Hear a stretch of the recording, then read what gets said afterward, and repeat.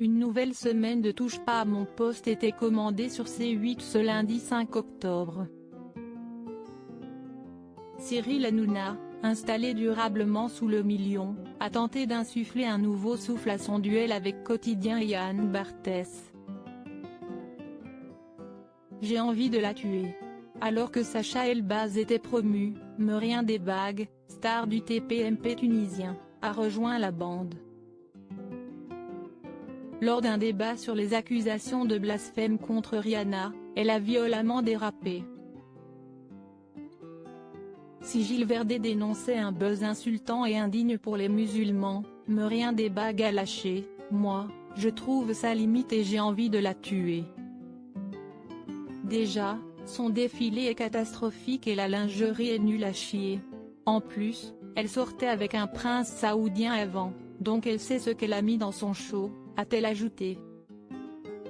Cyril Hanouna recadre Merien Debag. La sortie de Merien Debag a poussé Cyril Hanouna à un recadrage. On ne peut pas dire ça. On ne peut pas dire qu'on a envie de la tuer.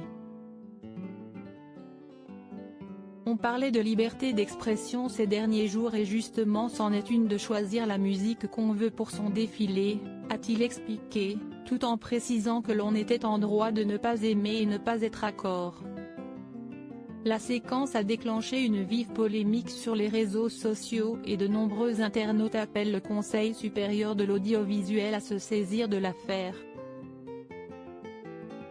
Audience record pour C8. Côté audience, Touche pas à mon poste s'est orienté à la hausse.